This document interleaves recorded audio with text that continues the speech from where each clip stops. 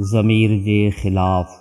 मशहूर अंग्रेज़ मुअर्रिख़ आर्लैंड टाइनबी 1879-1975 पंहिंजी उमिरि जे आख़िरी हिस्से में हिकु दफ़ो चयो हो त फ़लस्तीन ते यहूदियुनि जो बतौर तारीख़ी वतन पंहिंजो हक़ जताइण ईअं आहे जीअं रेड इंडियन क़बीलनि जो कैनेडा जी वापसीअ जो मुतालिबो करणु। यहूदियुनि नाज़ियुनि जे ज़ुल्म ते बेशुमार किताबूं लिखियूं आहिनि, पर ख़ुदि इहे यहूदी फ़लस्तीनी अरबनि सां इहो वहशियानो सलूक करे रहिया आहिनि।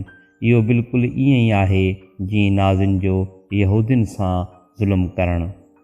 टाइनबी इहो पंहिंजो बयानु कैनेडा में ॾिनो हो। उन वक़्तु कैनेडा में हुकूमत इसराइल जो सफ़ीर मिस्टर हर्ज़ग हो। मिस्टर हर्ज़ग बरतानवी मुअर्रिख़ खे दावत ॾिनी त हू इन मसइले ते हुन सां मुनाज़रो करे। आर्लैंड टाइनबी इहो क़बूल करे वरितो।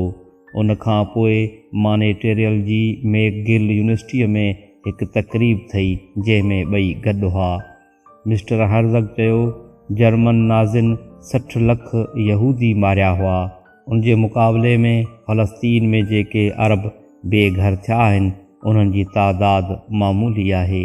इन्हनि ॿिन्ही खे तव्हां हिकु जहिड़ो कीअं था चई सघो? आर्लैंड टाइनबी जवाबु ॾिनो त मूं जॾहिं नाज़िन ऐं इसराइलियुनि जे ज़ुल्म खे हिकु जहिड़ो चयो हो त उन मां मुराद तादाद जी न बल्कि जुर्म जी नोयत जी हुई। कंहिं शख़्स लाइ 100% खां वधीक बुरो थियणु मुमकिन कोन्हे। क़ातिल चवण लाइ हिकु शख़्स खे क़तलु करण ई काफ़ी आहे। आउं हैरान आहियां त तव्हां मुंहिंजे लफ़्ज़नि ते एतिरा बौखलाइजी छो विया आहियो। मूं उहा ई ॻाल्हि कई आहे जेको तव्हांजो ज़मीर चई रहियो आहे। जॾहिं माण्हू कंहिं सचाई जी तरदीद करे थो त हू सभ खां पहिरीं ख़ुदि पंहिंजी तरदीद करे रहियो हूंदो आहे।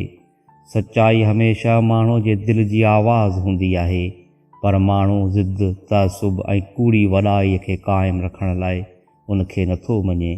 हू पंहिंजे इनकार खे हक़ बजानिब साबित करण लाइ अहिड़ा लफ़्ज़ ॻाल्हाए थो जंहिंजे बारे में ख़ुदि उन जो दिलि गवाही ॾेई रहियो हूंदो आहे त इन में को बि वज़न कोन्हे। माण्हूअ जी सभ खां वॾी महरूमी इहा आहे त उहो पंहिंजे ज़मीर जो साथ न ॾेई सघे। ज़िद ऐं तअसुब ऐं मसलिहत खां मग़लूब थी उहो अहिड़े रुख़ ते हलणु लॻे जंहिं मुतलिक़ हुनजो अंदरूनी ज़मीर आवाज़ ॾेई रहियो हुजे त हू सही रुख़ ते कोन्हे। इहा पंहिंजी तरदीद पाण करणु आहे।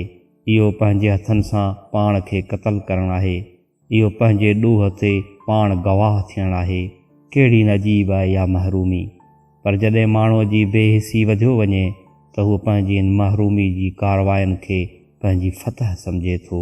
हू पंहिंजे पाण खे हलाक करे रहियो हूंदो आहे, पर सम्झे थो आउं पंहिंजे पाण खे ज़िंदगी ॾेई रहियो आहियां।